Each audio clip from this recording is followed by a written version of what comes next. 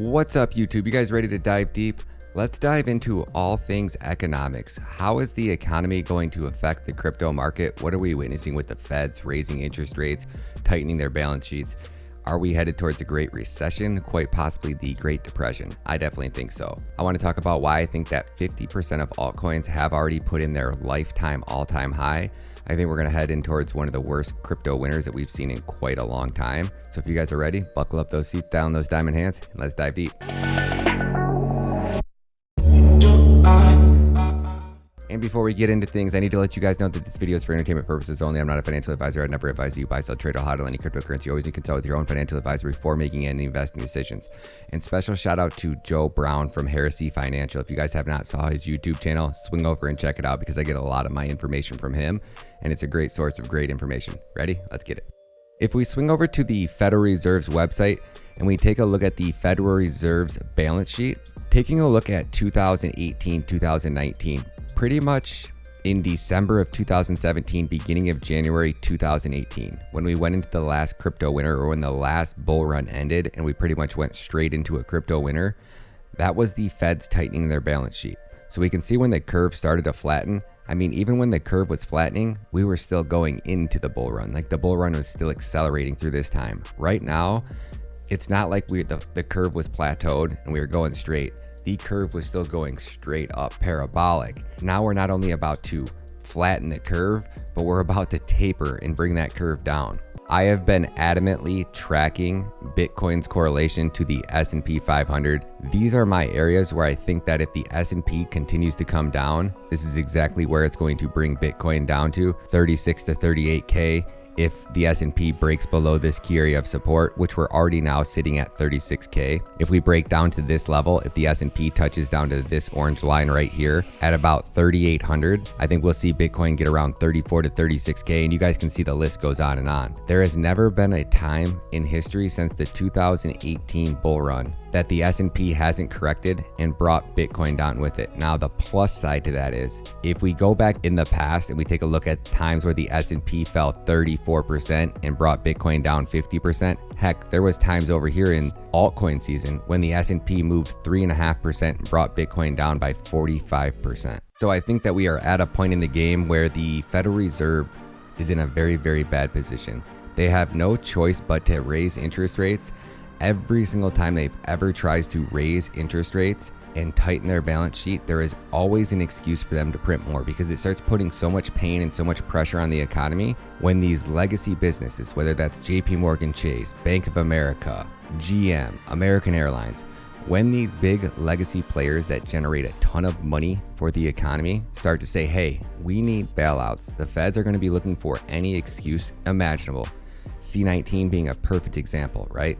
The Feds were tightening their balance sheet and it was tanking the economy. The economy was suffering from maximum pain. And we thought that that was it. We thought that this was going to be the Great Reset, but then C19 hit and it gave them an excuse to print so much money. Let me show you. If we take a look at history, see this blue line right here that you guys can barely see? It's like barely above zero. From the 1960 all the way to pretty much 2020, when Trump left office, and this is no political anything, you can see right here, it was like January of 2020, right when the office change happened, we were at about a $4 billion in debt. There was $4 billion printed from the beginning of history. From 2020 to today, there is roughly $21 trillion out in circulation. So from 1960 to 2020, we had printed $4 trillion.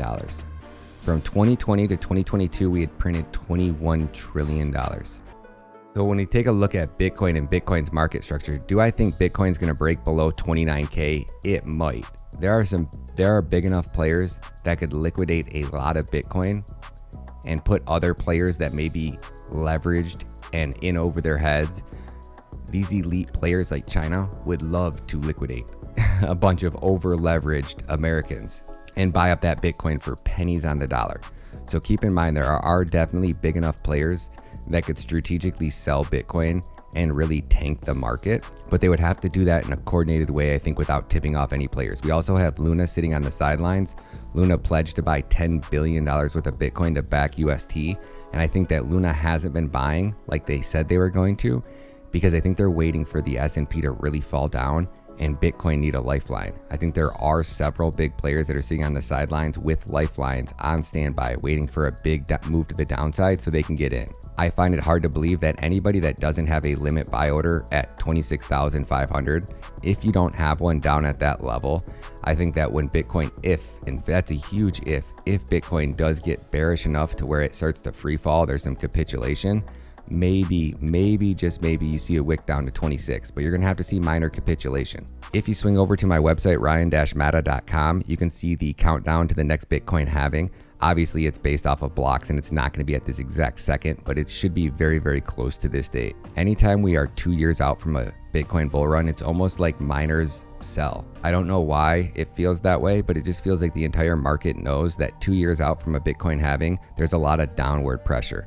And you're still so far away that I don't think the market's going to rally with anticipation of the next Bitcoin halving being 2 years out. It could. Again, there are those catalysts. Apple accepts crypto, Amazon starts accepting crypto. There are catalysts that could send us parabolic no matter what the stock market's doing. But without a Bitcoin ETF or some big catalyst, I think we're at pressure of just being 2 years out. So if I were miners, I would want to be selling my Bitcoin right now so that way I could buy a bunch more cheaper, because I knew that I would need to accumulate enough funding to pay for electricity, because a year out from the halving, Bitcoin normally only goes in one direction. So if I'm a miner, I wouldn't want to be selling any Bitcoin a year before a halving, because I know that if I can just hold it for 2 years, it's going to be worth 4, 5, 10 times in value. So if I was miners, I'd probably be selling some Bitcoin right now just to stockpile funds and get ready to pay those electricity bills and get ready to not have to sell any Bitcoin. But with inflation right now, you're losing 20% selling your Bitcoin. So if you sell your Bitcoin and go into fiat and start hodling fiat, in theory, with inflation, you're going to lose more than just hodling your Bitcoin going down right now. Now, you could put it in stable coins and maintain its value, but I'm not really sure on that. So if I were to have to put price predictions on Bitcoin, I would say with the most bearish the markets we're going to get, again, if you don't have limit orders at 26,000, I can't see Bitcoin following much past 29. I think that we'll probably find support in this range, maybe wick down in here. But in reality, I think that Bitcoin's going up to a couple $100,000 in the 2024 bull run. Taking a look at an asset like Cadena, you can never take a look at any crypto asset in history and go after going out of a bullish cycle, that asset being 88% off from peak formation, you are at DCA targets. Now, I got another one at $3.41, but I've been hitting them at $3. I've hit them all the way down from just recent cycle down from $6.75 all the way down. I have $6.75, $6.50, $6, $5.50, $5.25, $5, $4.50, $4.25, $3.25, $3.50. And if you guys didn't see the kitty cat NFTs, congratulations to everyone who got in on the very first NFT collection ever minted out on Cadena. The very first NFT 10K mint to ever sell out on Cadena. Kitty cat NFTs. Let's go, baby. Such a good, and they did it so cheap, that thing's gonna boom. So again, Cadena is at the mercy of Bitcoin for now, but everything's getting ready to pop off in Cadena's ecosystem. So yeah, we might see Cadena fall down to 2 and then run back up to 5, and then from there start to make its way back up. It just depends on how bearish the market gets, but anytime an asset is 88% off, you just DCA. It's that simple. If you don't own Cadena, it's going to revolutionize the world. It's going to change the entire space as we know it. So we got a year left of making it through these bearish market conditions. Now, if the Feds reverse course and they do not have inflation under control, that's when we're going all in. We're going to put everything we can into crypto, because if the Feds reverse course like they have every other time, if the Feds reverse course, if they reverse course, that means they're going to start printing money.